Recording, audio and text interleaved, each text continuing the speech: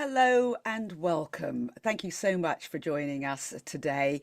And thank you so much for the absolutely huge response to the We Answer the Cries campaign. You may have seen the adverts on TV. Um, People often ask me, why are you involved in Home Start? Which I have been, of course, since 1998, when I landed in Norwich, fresh from Australia. And Norwich didn't have a Home Start at that time. And a wonderful woman called Shan came to see me and talked about Home Start. And I'd been involved with parenting groups in Australia, being involved at the beginning of Sure Start. But let me tell you why Home Start is so close to my heart. Back in the days when I became a single mother, I had a mental breakdown and I ended up in a psychiatric hospital. And people then were talking about whether I was okay to be a mother, whether I was okay to be left alone with my children. So, on top of my deep depression and my fear, was the fear of having the children I loved taken away from me because I couldn't cope. I didn't have family around, they were in the UK. I was very much alone. In the psychiatric hospital, there was this one nurse called Elaine. She was the one who encouraged me, who sat with me when my children came to visit. She was the one who left the door open and helped me because I wanted to breastfeed and I wasn't a danger to my children. She was the one who went out and got balloons for me. So my little one, who was 4, I had a 4-year-old and a baby of a few months, so she could have a birthday party. She was the one who heard my cry. And I've never, ever forgotten that. If only there had been a Home Start there for me. That's why when I saw, and I'm sure all of you saw, the We Answer the Cries, I identified with that. And so did thousands and thousands of parents. Let's have a look at those 3 ads, one depicting hunger, one anxiety, which I can very much equate with, and one showing grief. Have a look at these.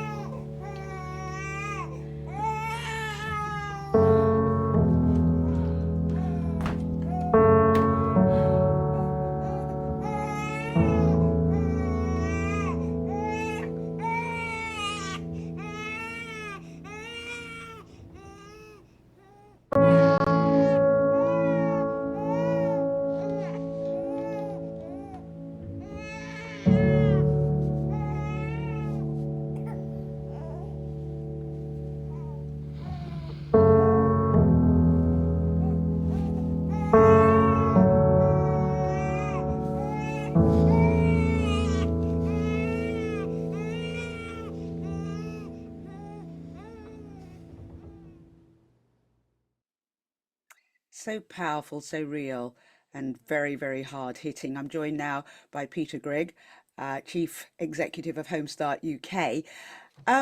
Peter, loneliness. I mean, throughout all of those, and I touched upon my personal experience, loneliness and isolation, and having no one to talk to is a huge problem for many, many, many parents, isn't it? Yes, it certainly is, Trish. And thank you so much for introducing today's session and sharing so generously your own story. Parenting is joyful. We know it's joyful. It can be brilliant.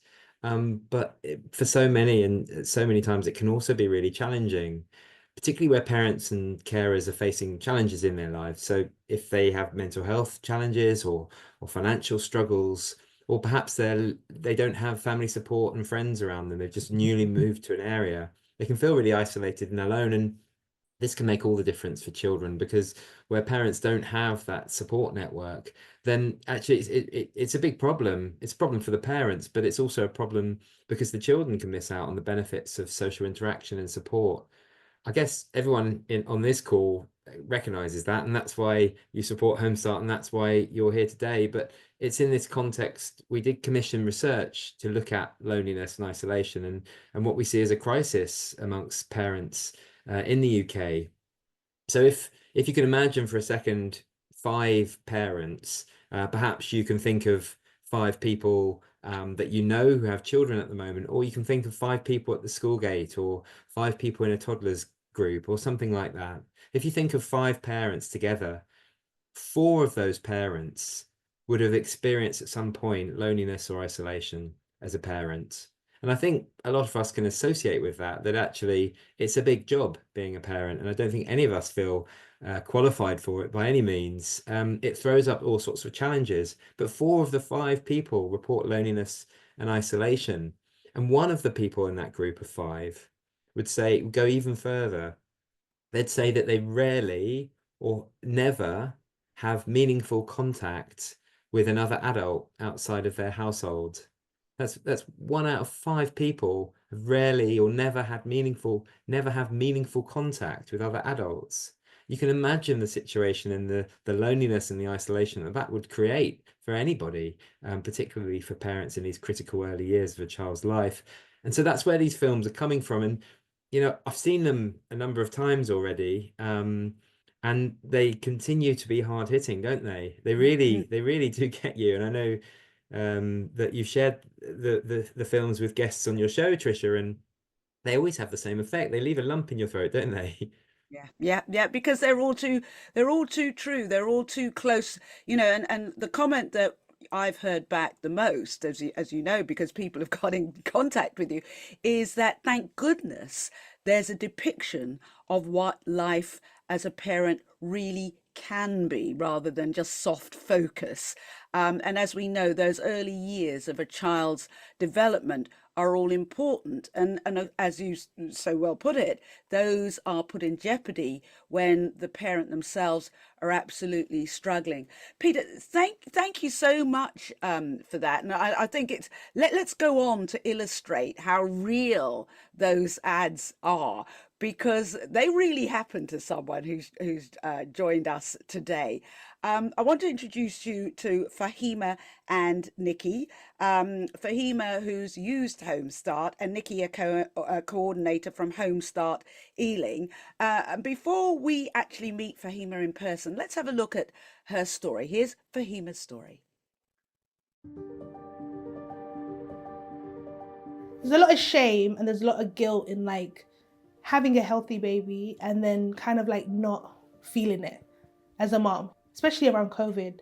So many people were going through so much. I just didn't want to be insensitive. I didn't want to be selfish. I was in a hostel, so I was kind of homeless throughout my pregnancy, which I think definitely affected me. It's like you have an idea, a dream, and then it's like completely the opposite. It's almost a nightmare. I don't want to be in a hostel isolated, but I have no choice. You're constantly worried because you're not in your space. You're not really at home. You're in a room, but you're with a million strangers. You're doing the things that you need to do, but emotionally you're unavailable because you have to survive it. So if you tap into your emotion, you will break down, and you can't break down. There's two people depending on you to stay alive. I just could not see a way out of my sadness. I was just crying every day. I was in like a very dark place. To actually be in it is very scary because you just don't feel like there's a way out of it. I had a really good occupational therapist. So she was like, I unfortunately have to discharge you, but I can't just leave you. So she was like, I'm going to refer you to Home Start. So Home Start came in and was the final piece of my healing journey. I just didn't know it at the time. When I first met her, she talked a lot about cultural difficulties, not feeling like she could be herself within her own cultural community.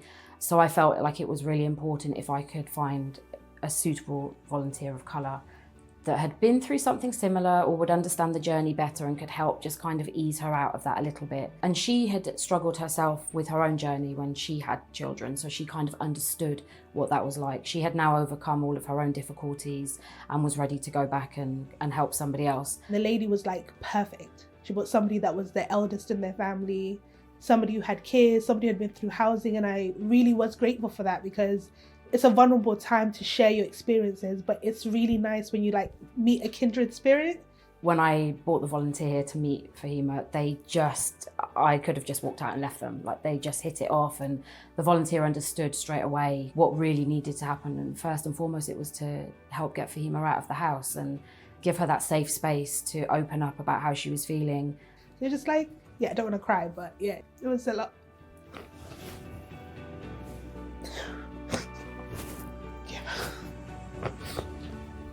She was like a friend that I could be completely honest with. You know? It's like weights off your shoulder. So you get excited to like see them, and they're friendly and they treat you like a human being. So it was such a beautiful friendship. A week, 2 weeks into having the volunteer, like I felt like a different person. That was the time I was like, okay, I feel like I'm getting better. I'm excited to like go out and do things with my kids, and I started to like feel excited about my interests as well, my norm. Homestead is my village, you know? Every woman, when they give birth, when they have hard times, they should have a village. People that will be part of my life forever. It's heartwarming, it's rewarding. She always says, we've done the work, and I always say, you've done the work. We have just kind of propped you up enough to help guide you through those steps, to believe in yourself that you can do it. It's incredible, because usually when you get better, people leave you. And you know, Homestart just doesn't go away. And that is the best part about Homestart. Yeah, they're just family. We are a lifeline, and we are told that all the time. So it really goes to show that just having that little bit of support, up close or from a distance, it really, really does help turn lives around.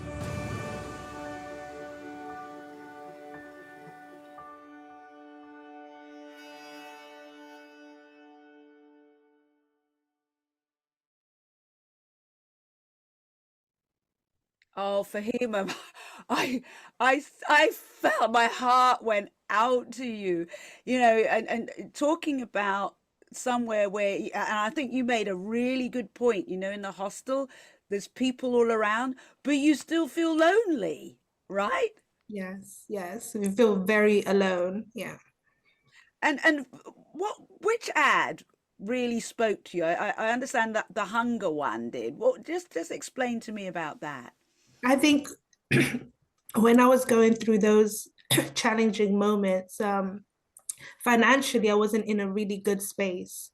And when you look at your kids and you want to provide for your kids, and you have an idea of what your parenting journey is going to look like, how you're going to be a mother, and you look at your pockets and it doesn't align, it really does affect you. And you do feel like you're failing, the most important people in your life. So for me, that one really stood out, just being in a vulnerable financial space and having two kids who, you wish you could give them everything and more. So yeah. Yeah. And look, here's something that a lot of people don't think about. I don't know if it affected you, but that feeling of chaos, you know what you have to do and you know what order it should go in, Yeah. but you're such a mess in your head. You just do it's really hard to get any kind of routine, isn't it? Absolutely. When you are cool, when you're in those really dark moments, there's still a lot of things that need to get done. When you're in a housing crisis, you still need to be able to communicate effectively. You still need to be able to attend appointments. I have a newborn baby. I have a health visitor appointment. It can feel like literally you're drowning. Yeah. Mm. And just getting and what about yourself as well? You must have been the last person, because I remember as a single mom, I was the last person in the equation. I was the last one. If a shower was going to eat or anything, you don't even realize it, but day by day, you neglect yourself even more and more. Oh my God. I feel like if I'm being very honest, I've only tapped back into myself in this year, 2024. But those COVID years and being in the hostel, I I really struggled to prioritize my well-being. And I think that's why I deteriorated so quickly and so evidently. And it was really, I had Nikki there who was always like, it's okay to take a moment for yourself. It's okay for you not to do this today if it feels overwhelming, because I always felt like I had to, even being so unwell, I had to exceed this expectation of parenthood because I was failing in other areas. So to make myself sleep at night, I had to then overdo it at the park and overdo it at the library. And Nikki was always like, breathe. It's okay. It's just a moment. So it's taken me a while. It's taken me a really long time to put myself in the equation and not just the kids. Yeah. Thank you, Fahima. And you mentioned Nikki there. Let's come to Nikki. Nikki, I think Fahima's touched on so many points about why Home Start volunteers are so vital. Would I be right, Nikki, in saying one of the most important things a Home Start volunteer can do is to listen and to watch and to see what's going on? Yeah, absolutely. The volunteers go in and they follow the family's lead in their safe space. And they just listen. We're not there to fix. We don't offer any promises. We just let the family be and listen to kind of what they're struggling with, what they need help with, and then see how we can help them fill those gaps and help them to move along positively. I love how, and I think this is something that we really need to highlight, that when volunteers go in, there is a lot of thought about which volunteer is right for which family. Just talk through that, because that was definitely shone through in Fahima's story.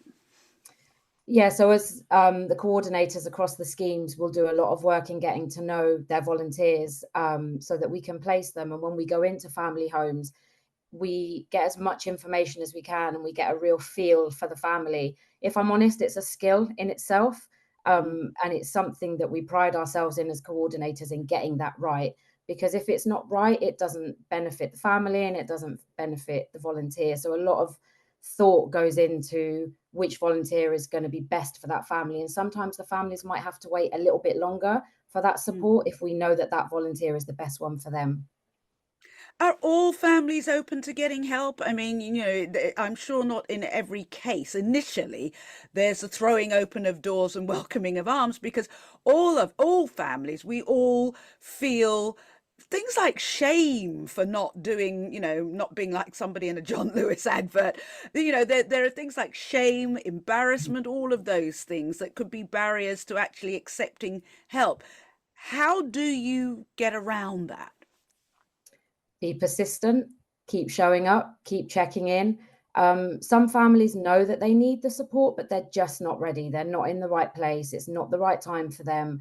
And it might be that they come back to us further down the line when other things have kind of come together for them and then they're ready to access support. But in Fahima's case, I just kept checking in by phone until eventually I was able to make a home visit to go and do that initial visit. And once we can get through the door, we can build that trust. They can kind of understand what the service can offer for them. And then they're a little bit more receptive. And it is a real journey. And we're always sad when we can't reach the ones that we know need it, but we know that one day they might come back to us. And on a final point, and Fahima, articulated this so well. People shouldn't be mistaken that because a struggling parent has lots of people around them, that they still don't feel isolated. I mean, isolation can come in a crowd. Can come because of being outside of your culture or your norm, inverted commas, through homelessness. But it can also come from rural situations. There's 1,000 different scenarios, aren't there, about why parents might be struggling with isolation and loneliness. Absolutely. We work with lots of families that have, amazing family support or friendship groups or NCT groups, but they are still highly isolated because they can't be honest with those other people. And it was a little bit similar when I first met Fahima. She couldn't be honest about her circumstances with her normal community.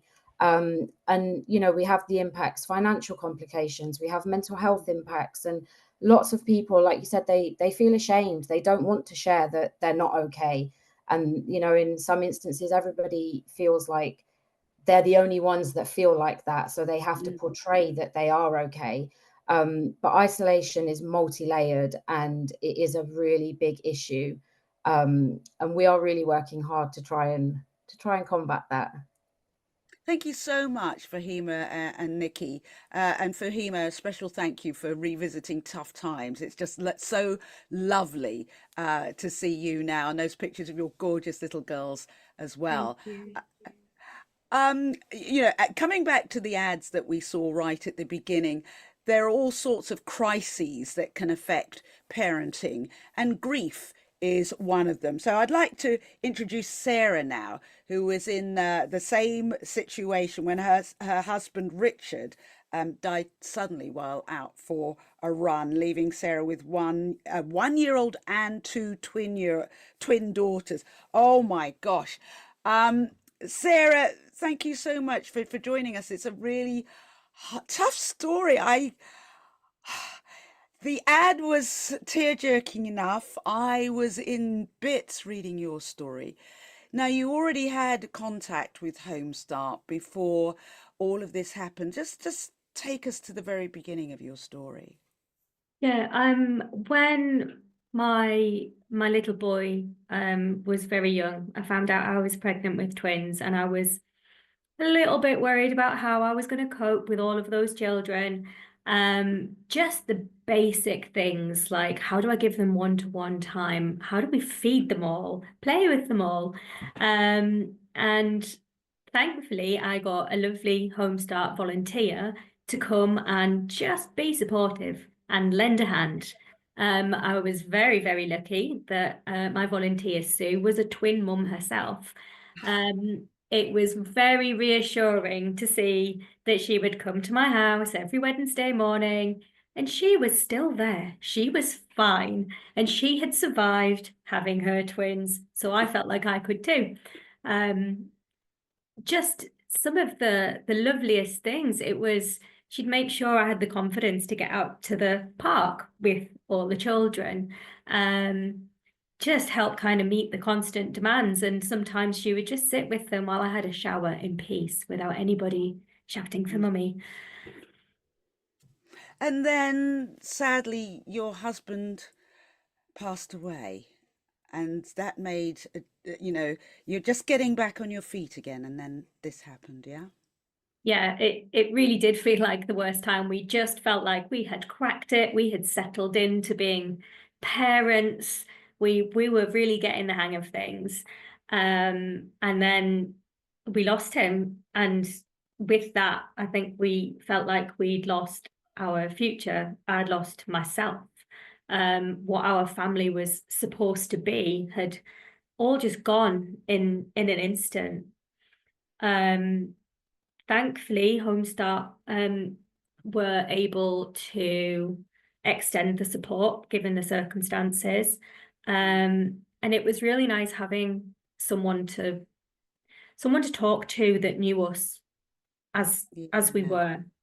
And Sue and the team at Homestart Teesside were absolutely brilliant, because they were very special people. It didn't change the way they saw me as a person or as a Right. mum. Yeah. And it was just really nice to have that regular visit, a bit of a sense of normality. Something that had happened before was still continuing to happen. Gave me this space to, when I just have a little cry sometimes when I felt a bit overwhelmed, because you have to, or at least I felt like I had to. When I was a mum, I was suffering. I was grieving. My mental health took a bit of a dip, but you kind of put the children first all the time. So it was nice to get a little bit of breathing space. Yeah, you make a really good point about they saw you for you, not as just a mum or just a grieving widow or just this or just that. You know, they saw you for you. Now you've become involved with Home Start. Why?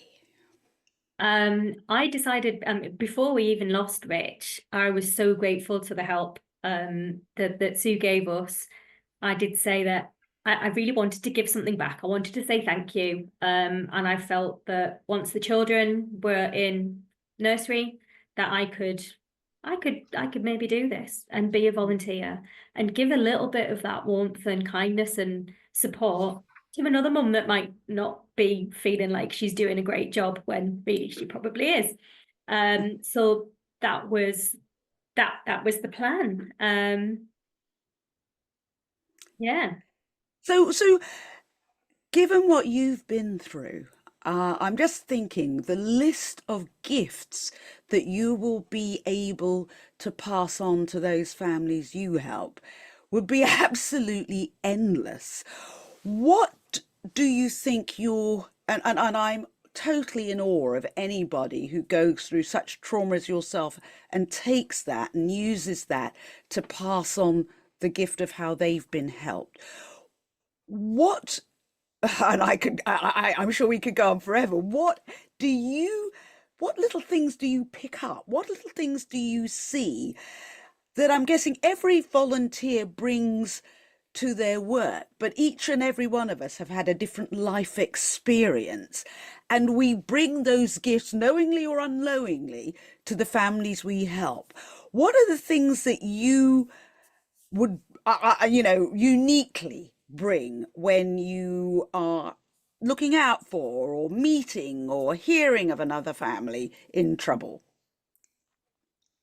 I don't think I necessarily bring anything unique. It is just we're just listening, we're just being kind, we're just being warm and friendly, and really getting to know each family as an individual and letting them find their way. It's about standing alongside them. I'm not going to visit any family and tell them that they should do it my way or this is what they need to do, because they don't need to do that. They will find their way. And I think it's just, I think my personal experiences just make me reflect on the fact that sometimes what we want to do is hard at that particular time, and it's having that, just helping someone get a little bit more confidence, seeing the positive, seeing everything that they've done right, just to help them along their journey.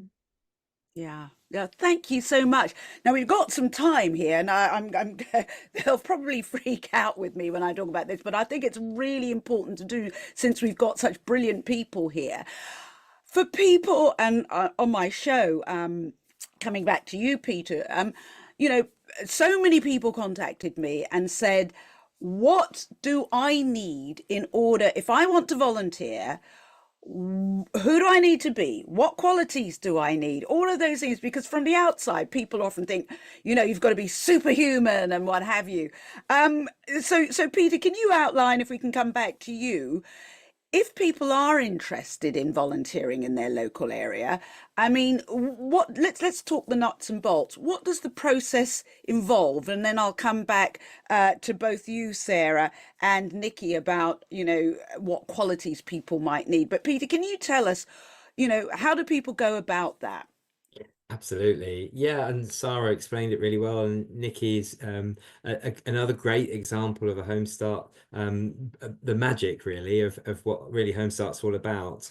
So if people have empathy towards parents and children, that's really the starting point. Parenting experiences and other experiences in your life are really helpful. They give you some of that, but really it's about empathy. Do you have a concern for the people around you and for other families and children? And let's face it, when we look at the number of challenges that we see around us, they are immense. We could do with all the help we can get, because I know as we're speaking right now, the Chancellor is giving her State of the Nation take on the economy and the need for growth and infrastructure.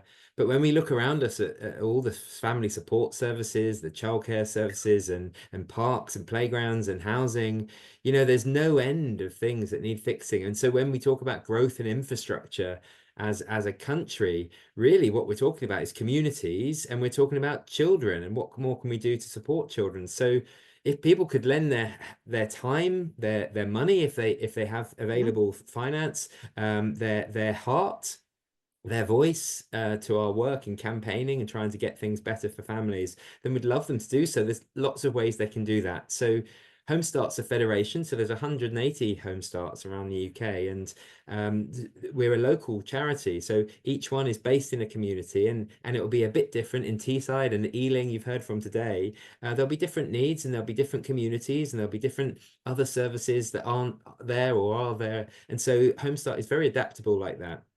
So the first thing to do would be to go onto Home Start UK's website and look for your local Home Start and get in touch and see how you can help. If there's not a local Home Start around you, then there's lots of other things you can do. Trisha, you're an example of somebody who saw there wasn't a Home Start around and set one up. So, there's anybody with that sort of energy on the call who'd love to get involved in that, please do reach out. We'd love you to sort of think about that in your own community. And then, of course, getting behind our work as a supporter. So these films, we're a small charity. We don't have huge marketing budgets like some charities sometimes have. This is new for us. We've not done television advertising before. So when two filmmakers came to us to ask if they could help, Heidi and Leah, we jumped at the chance, and they've helped us make these amazing films which have come to life today, from Fahima and Sarah and Nikki and the whole group that have made this happen and made it possible. You can feel, I mean, they are hard hitting, of course they are, but they get across what we need to say, which is Home Start, we are lovely people. We're warm, we're compassionate, we're kind, but there is a bit of urgency to this. There's demand that we can't cope with at the moment. There's 30% more families we've helped this year than last year. But I know we could help double that if we could have more Home Starts and more support and more financial security for all our local charities. So really, I guess above all, please do reach out if you're interested in supporting our work. But I hope take this as a call to action, that what can I do to help in my community? And as friends of Home Start, many of you on the call already are, we couldn't have been here without you over the last 50 years. So thank you. But if you can find others to make sure we're here for the next 50 years and for the next 10,000, 20,000 families that we really could help if we had more support, then we'd love you to do so. So please do go for it, all of you. And Peter, one of the things you articulated so well is, the two young filmmakers, shout out to them, definitely, who came to you. So it's not even just, which is the important part, you can be involved in many other ways, fundraising being one of them. If somebody works in PR or marketing, or somebody, secretaries of bosses of big firms are always good, because these big companies are always looking for somebody, for events or what have you, somebody to support your local, Toastmasters or Round Table, all of those groups. If you're involved or somebody involved, those are the ways that we can sort of put our little tentacles out. And also, we give a shout out. I hope they're still going. I remember last year when we did this, there's a Home Start as well, helping armed forces families. Talk about isolation. That's a huge one, for instance, in Cyprus and areas like that, and they do amazing work. So maybe somebody within the armed forces, even fun runs, all sorts of things like that. They're little ways of how we can help a wonderful organization grow bigger. And coming back to the two people that you mentioned before, Nikki and Sarah, who are now both volunteers. Nikki, for you, it must be very frustrating seeing the number of families that you could help. What would you say to people who are sort of teetering on, what can I do? Should I get involved? Just do it. Just make contact, have the conversation, come and meet the staff at your local scheme, attend a coffee morning, speak to other volunteers that are already working with families, and just do it.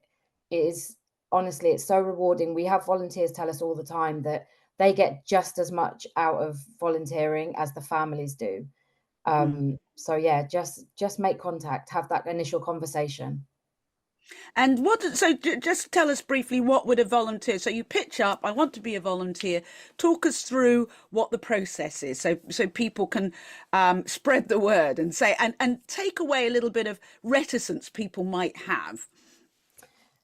Each scheme might be slightly different, but the general rule is that you would have an initial conversation, fill in an application form, do some training. So there's a mix of in-person and online hybrid training.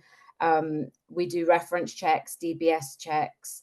And then once all of that is complete and you're happy and you've kind of got to know your coordinators, we will place you with a first family, where you will be supported throughout that process and hopefully go on to support many more after that.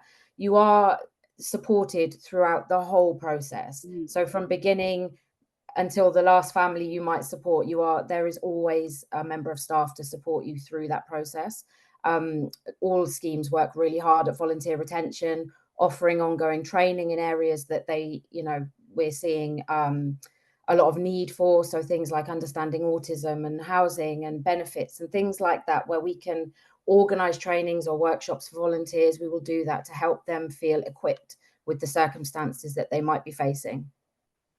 And I think that's a really important point that you make, that every volunteer is absolutely supported all the way along. They've got somewhere to go if they have any concerns or what have you. And I know all Home Starts on different levels do a lot to support the well-being of their volunteers as well. I mean, they become almost a club in themselves, don't they? Yeah. We offer them as much support as we offer the families we work with.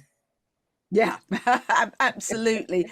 And I know the moment when they get those certificates, that they're qualified and what have you, having attended some of those is really lovely. I mean, as you say, every volunteer gets something back themselves, don't they?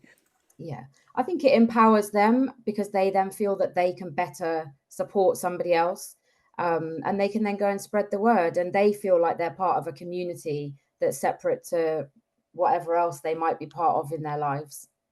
Yeah, and then let's hope the chance of, well, I'm not even going to hope because I become cynical. I think it's us at the grassroots level that can really do something. But to echo what Peter said, politicians often forget that families are the bricks and mortar of any country. They talk about growth, they talk about this, talk about that. But unless you water those little seeds, those children, the future generations, the parents of today, all of that is pie in the sky. I want to finish now coming back to you, Fahima, because, well, Fahima and Sarah, because you are two, people think that, and I know I've heard the rhetoric before. There's a lot of rhetoric, and these days there's a lot of social media tropes and suppositions and all sorts of things, and what have you.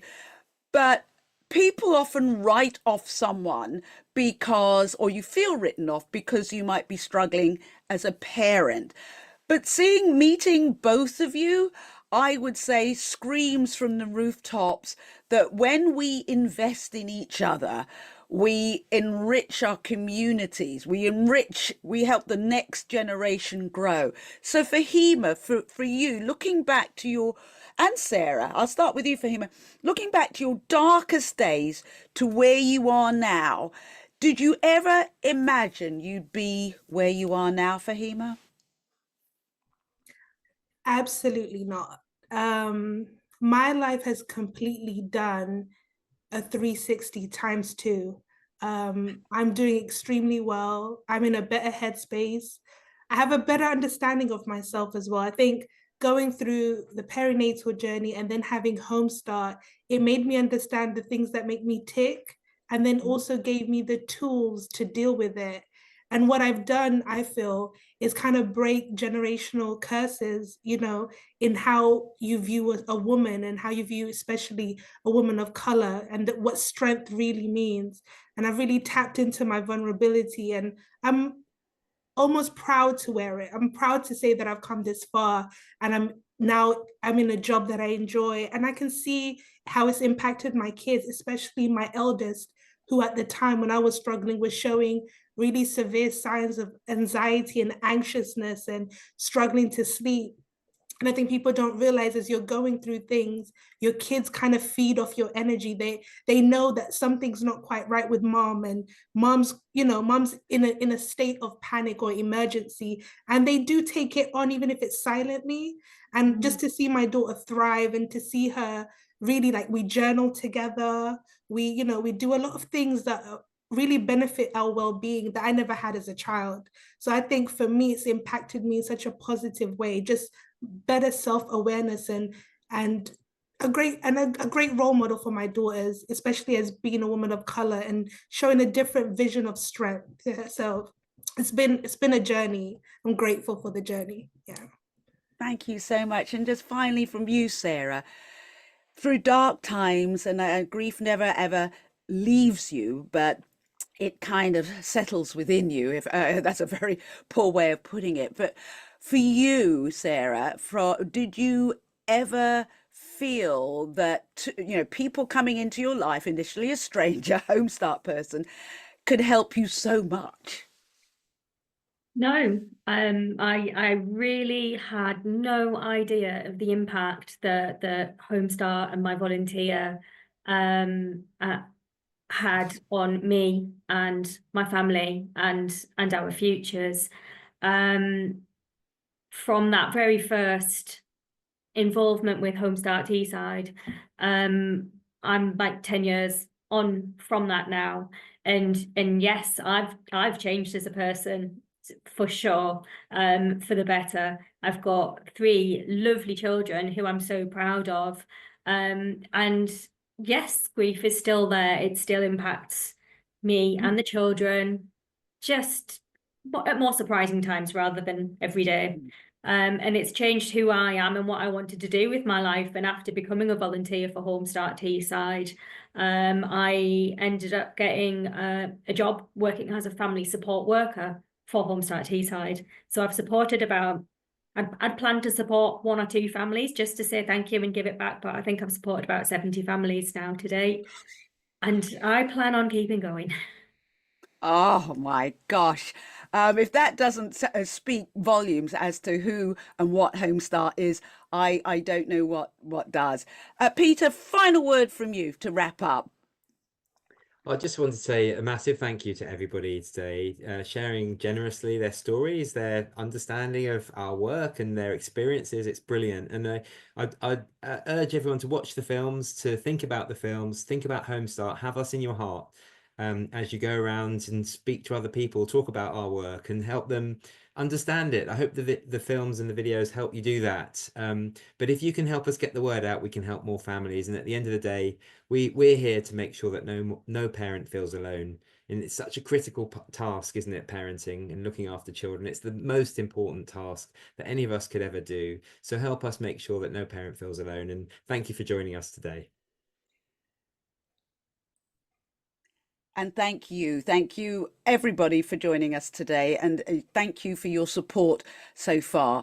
As you can see, the organisation, well, Homestart, the work they do is absolutely amazing, and you've heard from some of the people who've either benefited from it or are involved in it. So please continue your support, spread the word, and thank you so much for joining us for a very important call today. Thank you again.